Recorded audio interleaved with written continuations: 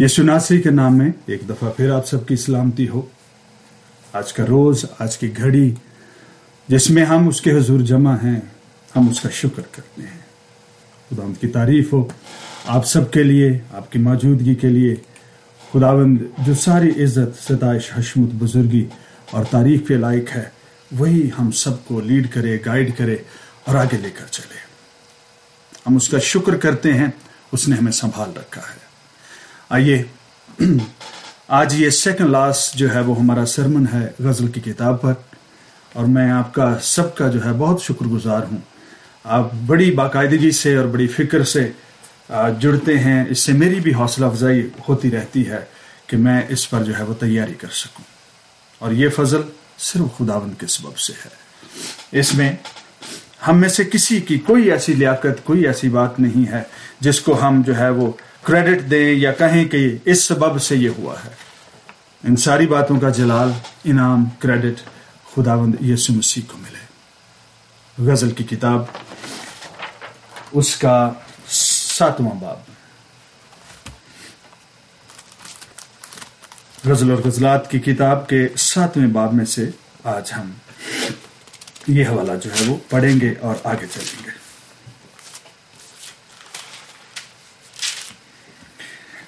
کلام مقدس میں لکھا ہے 7ویں باب سے،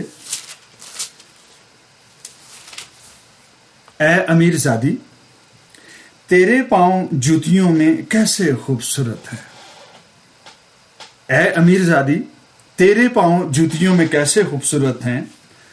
اگر ہم یہاں پہ رک کر تھوڑا سا سوچنا شروع کریں، پاؤں کی خوبصورتی جوتی کے اندر ہے یا جوتی کے باہر ہوتی ہے؟ جب جوتے میں پاؤں ہے تو لوگ پاؤں سے زیادہ جوتے کو دیکھتے ہیں۔ پاؤں کی خوبصورتی جو ہے وہ بغیر جوتے کے ڈیفرنٹ ہے، اور جوتے کے جو ساتھ ہے وہ ڈیفرنٹ ہوتی ہے۔ دنیا کے اعتبار سے، دنیا کے سٹینڈرڈز کے حساب سے جوتا جتنا خوبصورت ہے، پاؤں کیسا بھی ہو اس میں فٹ ہو جائے تو وہ خوبصورت ہی لگتا ہے۔ فلیٹ ہو، آرچ والا ہو، پتلا ہو، انگلیاں پھیلی ہوئی ہوں، جو ہے وہ نہ جانے کتنی قسم کے جو ہے یہ چیزیں جو ہیں، آگے جو آنے والی باتیں ہیں وہ اس سے بھی زیادہ فیسینیٹنگ ہوں گی، بڑی مزیدار ہوں گی۔ جب کبھی بھی دنیا دیکھتی ہے تو وہ مختلف انداز سے، مختلف اینگل سے، مختلف لینس کے ساتھ جو ہے وہ خوبصورتی کو دیکھتی ہے۔ خدا جب کسی شخص کو، کسی سرزمین کو، کسی امت کو، کسی قوم کو، کسی قبیلے کو خوبصورت کہتا ہے تو اس کے میئرز، اس کے معیار مختلف ہوتے ہیں۔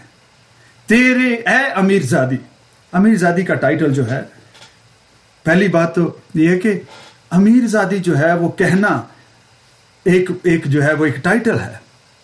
امیر زادی کون کہلواتی ہے؟ امیر وہ نہیں جس کو ٹائٹل دیا جا رہا ہے، امیر وہ ہے جس کی وجہ سے اس کو ٹائٹل دیا جا رہا ہے۔ اس کو امیر زادی اس لیے کہا جاتا ہے، پرنسس اس لیے کہا جاتا ہے، اور رچ وومن اس لیے کہا جاتا ہے کیونکہ اس کا ٹائٹل امیر زادی ہے، کیونکہ وہ کسی امیر باپ کی بیٹی ہے۔ اس کا باپ امیر ہے۔ her father is a king۔ وہ پرنسس اس لیے ہے کیونکہ اس کا باپ بادشاہ ہے۔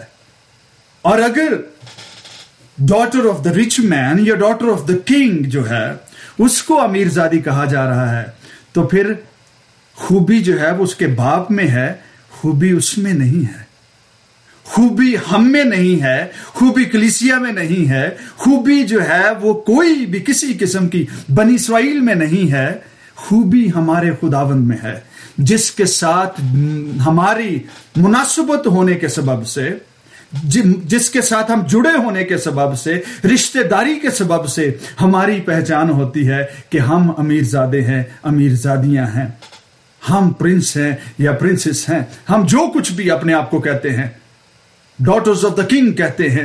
کس لیے؟ کیونکہ ہمارا باپ بادشاہ ہے، امیر ہے، بہت دولت رکھتا ہے، یہ اس کی وجہ سے ہے۔ اگر شہزادی بھی کسی کو کہا جائے تو شاہزادی کیا کون ہوتی ہے؟